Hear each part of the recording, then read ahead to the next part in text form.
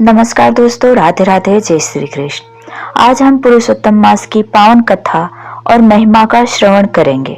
यदि आप इस कथा को श्रद्धा और विश्वास के साथ सुनेंगे तो भगवान श्री हरि विष्णु की कृपा अवश्य प्राप्त होगी। भक्तों, शास्त्रों में बताया गया है कि सभी महीनों में पुरुषोत्तम मास का विशेष महत्व है।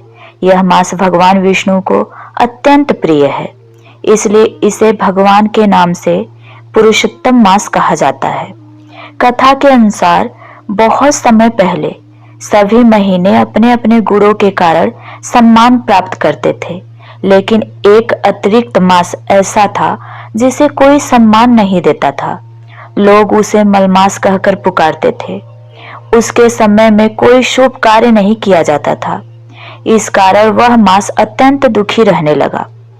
एक दिन वह दुखी होकर देवताओं के पास गया और बोला, मेरा कोई सम्मान नहीं करता, सभी मुझे तुच्छ समझते हैं। लेकिन किसी ने उसकी सहायता नहीं की।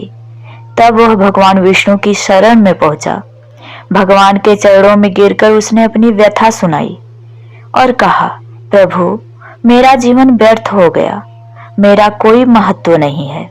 भगवान विष्णु उस मास की विनम्रता को देखकर प्रसन्न हुए। उन्होंने कहा, आज से मैं तुम्हें अपना नाम देता हूँ। मैं पुरुषोत्तम हूँ, इसलिए आज से तुम पुरुषोत्तम मास कहलाओगे।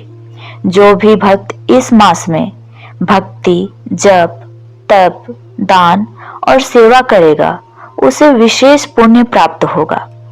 तब से यह मास पुरुषोत्तम मास के नाम से प्रसिद्ध हो गया।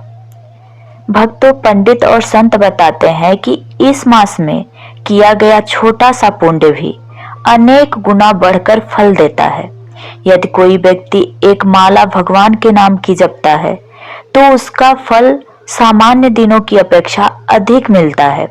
इस मास में प्रातःकाल जल्दी उठकर स्नान करना चाहिए।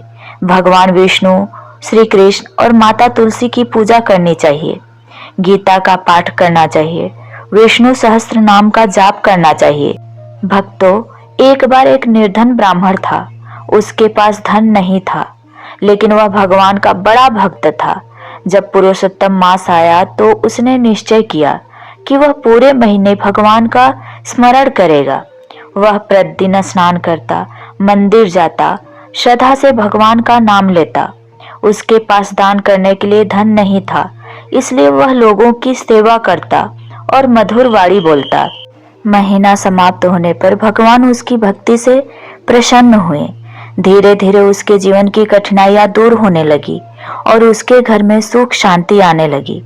इस कथा से हमें शिक्षा मिलती है कि भगवान केवल धन नहीं देखते, वे भक्त का भाव देखते हैं। यदि मन में सच्ची श्रद्धा हो तो भगवान अवश्य प्रसन्न होते हैं। भक्तों, पुरुषोत्तम मास हमें सिखाता है कि हमें क्रोध, लोभ, ईर्ष्या और अहंकार को छोड़ देना चाहिए। इस महीने से जितना हो सके भगवान का नाम लेना चाहिए। यदि आप दान कर सकते हो तो अन्न दान करें, वस्त्र दान करें, गौ सेवा करें या जरूरतमंद लोगों की सहायता करें। यदि दान करने की क्षमता नहीं है तो किसी को प्रेम से 2 शब्द बोलना भी बहुत बड़ा पुण्य माना जाता है। संतों ने कहा है कि इस मास में किया गया हर शुभ कार्य भगवान स्वयं स्वीकार करते हैं, इसलिए इस समय को व्यर्थ नहीं जाने देना चाहिए। भक्तों, यह संसार नश्वर है। धन, पद और प्रतिष्ठा यहीं रह जाते हैं, लेकिन भगवान का नाम और अच्छे कर्म हमारे साथ चलते हैं। पुरुषोत्तम मास हमें यही संदेश देता है कि जीवन में भक्ति को सर्वोच्च स्थान दें। जो व्यक्ति श्रद्धा पूर्वक पुरुषोत्तम मास की कथा सुनता है, भगवान का स्मरण करता है और अपने जीवन में अच्छे कर्म करता है, उसके जीवन में सुख, शांति और समृद्धि आती है। आइए अंत में हम सभी भगवान श्री विष्णु से प्रार्थना करें। हे पुरुषोत्तम प्रभु, हम पर अपनी कृपा बनाए रखें। हमारे जीवन से दुख, भय और अज्ञान को दूर करें। हमें सदैव धर्म, भक्ति और सेवा के मार्ग पर चलने की शक्ति प्रदान करें। बोलिए पुरुषोत्तम भगवान की जय। श्री राधे कृष्ण भगवान की जय।